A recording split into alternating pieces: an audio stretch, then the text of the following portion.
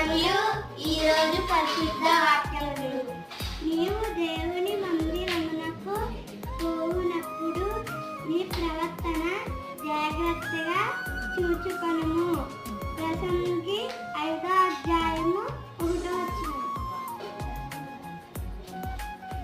जब तुम परमेश्वर के भवन में जाओ तो अपने आचरण पर ध्यान दो.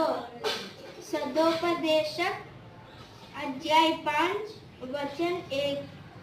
Watch your conduct when you go to the house of God. Ecclesiastes chapter 5 verses 1. ఇంతటితో ఈ పరిశుద్ధ వాక్యములు దేవుడు దీవించును గాక. ఆమేన్. ప్లీజ్ సబ్స్క్రైబ్ పరలోక తండ్రి ప్రత్యక్ష మినిస్ట్రీ.